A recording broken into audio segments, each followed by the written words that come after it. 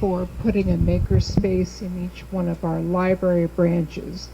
And at the time, we had 15 of it open across the county.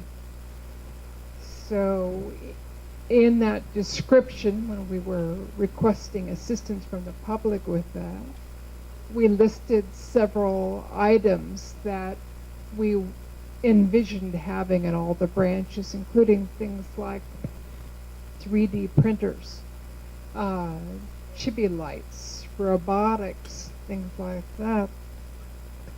So the people of Monterey County were very generous, donating upwards of about $80,000 for this cost. And that's part of that money is what we use for our initial purchase of items. But that's not the whole budget story. And to fill you in a little bit more about that, I'm going to hand it over to Dawn. Okay, just in speaking about budget, everybody's budget's different. Everybody is able to get grants from different areas, and we're always looking for that. But the one thing that I absolutely love about the Makerspace is, regardless of whether it's a room where you can completely gut out one of your study rooms and have a 3D printer or virtual reality, whatever, the whole thing, or if you have it in Makerspace fairs, and that's what a lot of us have to do, is we don't have that one room that, like when people think of Makerspace, they think it's, okay, a room that has the 3D printer, the virtual reality machine, and all of the other Fab Lab. The great thing about libraries is that we can and have to be innovative in how we put forth our Makerspace. We can have fairs, we can have look at more low-tech items, so that your budget doesn't have to restrict you. And with Monterey County Free Libraries, we do have 17 branches. So while our citizens were very generous and gave us that $80,000, when you divide that into 17, you're not going to be able to get everything at every single location. So what we've done is, and are still trying to do, is make it work where if we have only enough money for, because a 3D printer can be $2,500. You're not going to be able to get that everywhere. So trying to have it mobile and work with it so that we give the communities that we serve the very best and what they expected, but also stay within our means as far as space availability and not overwhelming staff. So I just kind of wanted to touch on the budget and how the beauty of a makerspace is it doesn't have to be in a box. You can make it pretty much whatever you want it to do, and basically the key is just allowing kids to be creative and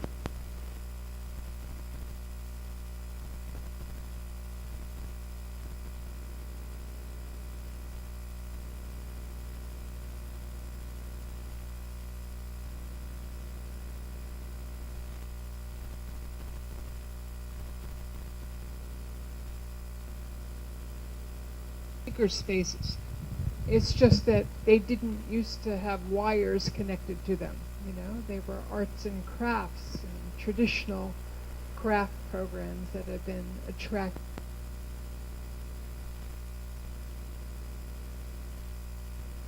This was something new.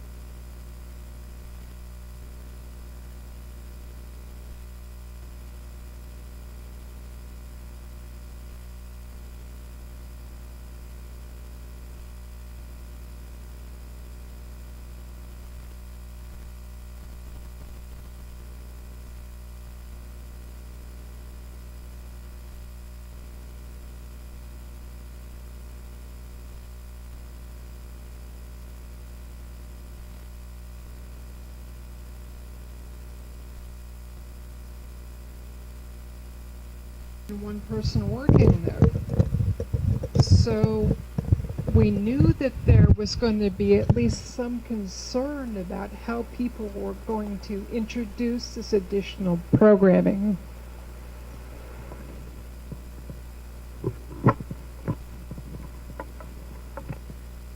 So we set out on this outreach campaign that consisted of a few important components. The first thing that we did was we just wrote an email to everybody, and we said, we're going to send you a very brief PowerPoint that we would appreciate if you would watch. We're going to send you a planning worksheet so you can start thinking about what your vision of a makerspace is at your location based on what you think your community would find interesting, based on the resources and the staff resources you have available to you at your location. And we're going to come and visit you.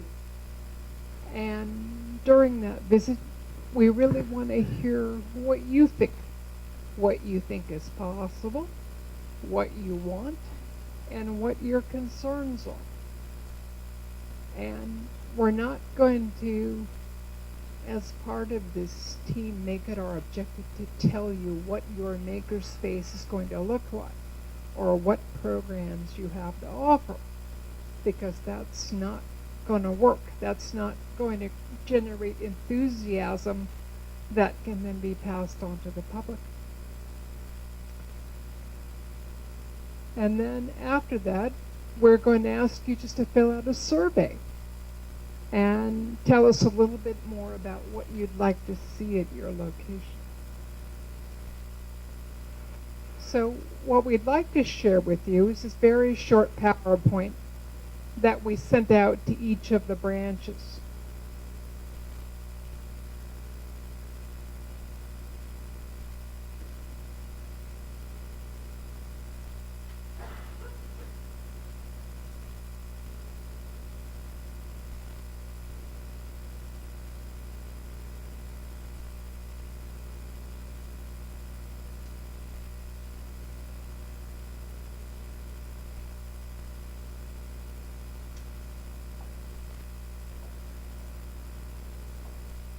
And part of the power focused on giving the branch managers and their staff just some very basic of what possibilities were, what types of products are available, a rough idea, and links. They go to these different websites and check out these products and inform themselves.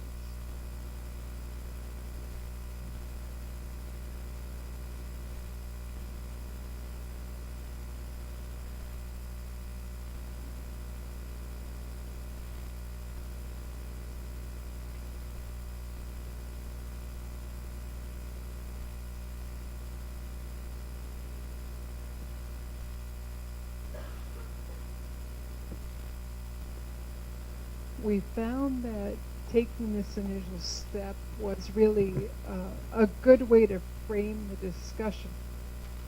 And then 3 members of the team actually visited every single branch, with the exception of one. And in that exception, we had a couple of different conference calls to talk with the branch manager. But we really encouraged transparency all along the way. So we encouraged the branch manager to talk to the staff, talk to the volunteers. We encouraged the staff to survey the members of their community, their patrons, find out what people in their community were interested in doing. And then when we got to the branch, we just sat down, and the first thing we did, and I think the most important thing that we did, was we listened. We heard what their concerns were. We heard what their beliefs were. We heard what their vision looked like in terms of who they envisioned as part of their makerspace community and what they envision those people doing. And it was very much an opportunity for us to share resources with them. And a lot of positive things came out of those visits. I think including the fact that many of those branch managers felt that they were going to have support as they joined the Makerspace initiative. The mission of Monterey County Free Life is to bring ideas and inspiration and information for the enjoyment of our community. So the next step in our journey was literally trying to give our staff and volunteers ideas, to inspire them, to inform them in a way that hopefully they would enjoy. Much the same as hopefully you're enjoying this morning. We had an opportunity to do that at our annual staff day training in May of last year. And what we did was we basically set up a maker fair, a kind of maker fair, a kind of trade show, when people could come and they could see all these different gadgets up close, and they could stop and make a few things and kind of really spark their creativity and their interest. One of the most fortunate things about the approach that MCFL took was it allowed people from our branches to be the presenters. Suddenly, a library assistant visiting staff, they saw another library assistant demonstrating the 3D pen. A branch manager saw another branch manager demonstrating 3D printing. And I think that had a real impact on people from the different branches, because we heard comments to the effect of, well, if all of your staff can learn how to do all these different things, and you guys are as busy as we are, then maybe we could find a way to make time for everybody, right? And staff seemed very moved by that, impressed by that. And suddenly we could see people, the light bulbs were going on. The interesting thing that happened was when we first went around and talked to branch managers, we had a list of about 10 to 20 items. And some of them said, well, those are interesting, but I don't really think we want them at our branch. We don't have the space, we don't have the time, right?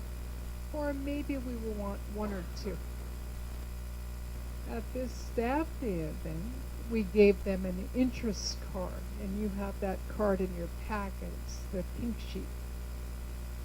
After they actually came to the event and had the hands-on opportunity, we were finding people were checking every single item, right? Yes, I want the 3D printer. Yes, I want Scannic. And oh, I definitely want all those robots, right?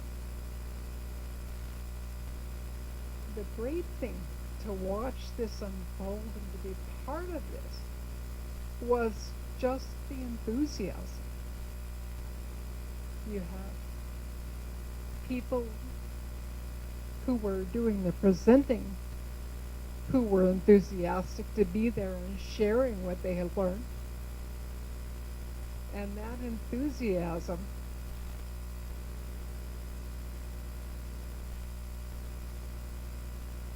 resulted in the people who were experiencing that event equally enthusiastic. And more than staff just receiving training that day, more than that happened, maybe the most important is of the 80 to 90 people that were there, all of them became ambassadors for this notion of makerspaces, right? When can we get that? When can we start doing it? And it was really a very gratifying thing to be part of.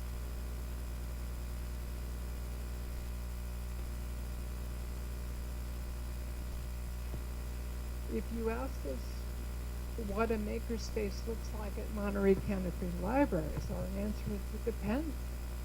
Depends on what library you go to. At Cornell Valley, it might look like a robotics and engineering camp where youngsters learn actually making robots, programming them,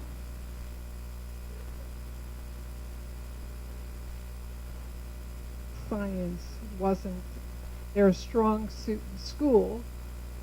They now have a more personal connection to it.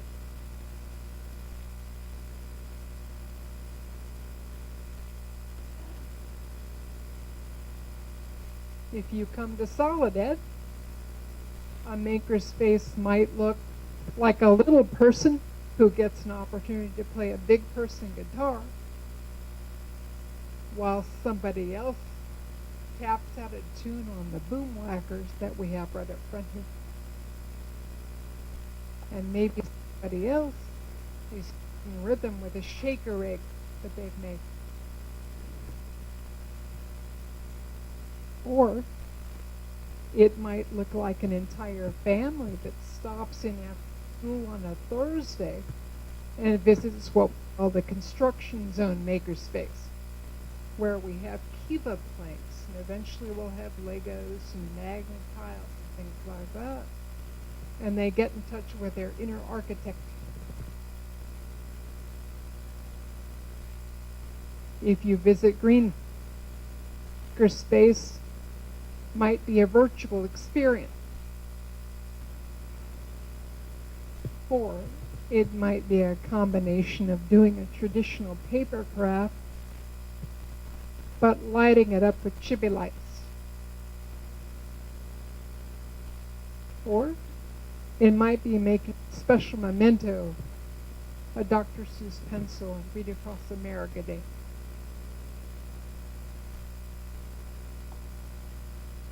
And if you visit King City, it might be a mom learning to sew.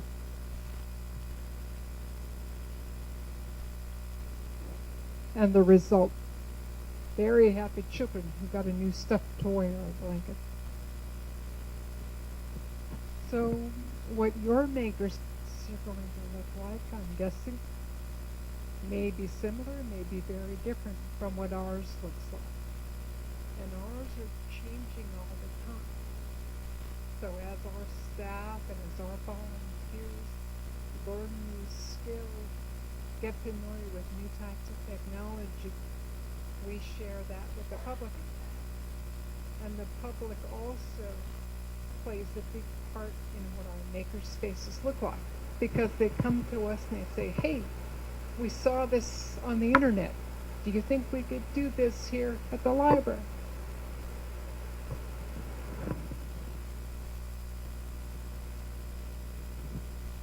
As far as where we're at now, we have done an initial round of purchasing of what we're calling low-tech items. We now have collected data from all of the staff to find out what additional items they're hoping to have. For example, how many branches really want a 3D printer. When it comes to these high-tech items, we have asked all of the staff to submit a proposal. How do you envision using it?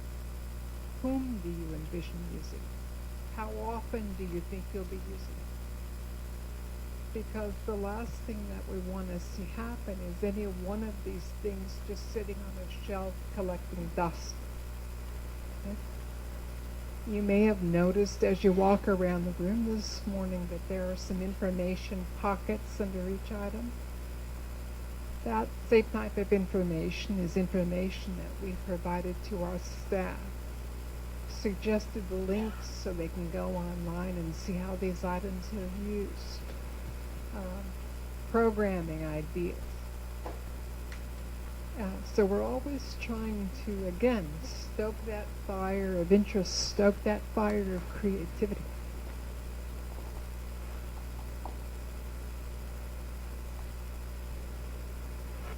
if we had to kind of boil down what we think the most important aspects of you reaching out to your staff are, it's number one, listen to them. One of the unique things about our initial Makerspace team is that it was made up of all branch managers. So we had a lot of empathy in terms of realizing it wasn't going to be helpful if we went in and just tried to strong arm everybody and tell them, right, what they were going to do, because none of us wanted to be in that position. So it wasn't a mandate by any means. It was an opportunity for the team to become the voice of the actual people who run the branches. And I can't emphasize enough how important a factor that's been in staff getting enthusiastic about making. We would also encourage you to really look at your resources. You know, if you have a small location, maybe a small number on the staff, maybe a large 3D printer isn't really realistic at that location. But maybe a 3D pen is, because all the supplies fit in the shoebox. Okay? So knowing what the options are, knowing that spectrum between very high tech and scaled down versions of that technology can be very helpful. And lastly, if you want the public to be enthusiastic about your makerspace, if you want them to feel welcome in that space, if you want them to be energized, they're going to follow our lead. So investing initial time in, as I said, sparking that enthusiasm in your own staff, in your own volunteers, it will definitely pay off, because they're the ones the public are going to be interacting with.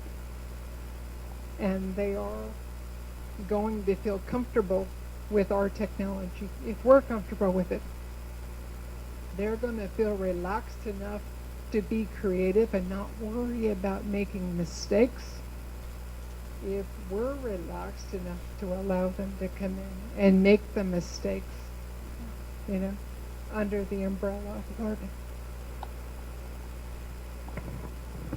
There is a very well-known movie that most of us, I think, are familiar with.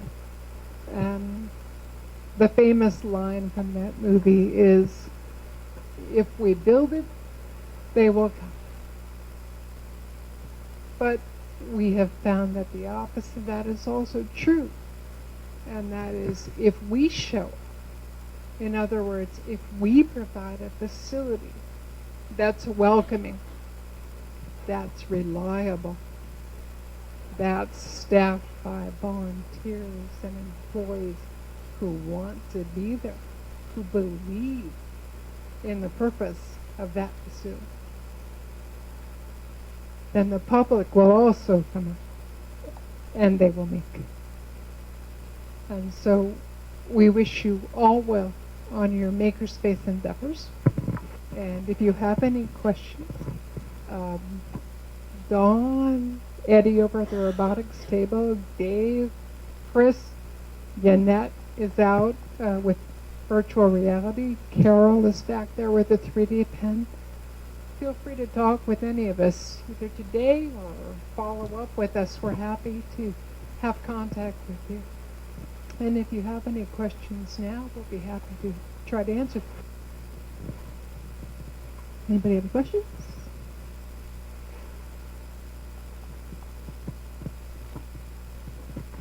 Hello. You mentioned something about a type of light, a chippy light, or someone else mentioned that too today, but I'm sorry, I'm not familiar with that. What is that?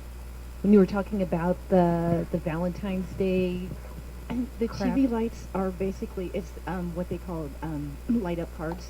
It's basically paper circuits is another way of saying that. TV lights is the brand name, but there are several different ones, and it's basically paper circuits. Oh, okay. Thank you. You're welcome. We have some outside if you want to look at them on the table. Yeah. Any other questions? All right. Well, that concludes the presentations. The Makerspace Fair will be up for another half an hour, so please feel free to go visit any of the tables you haven't got a chance to. Ashley has stuff back here you can actually make and take home if you want to try. And I know there's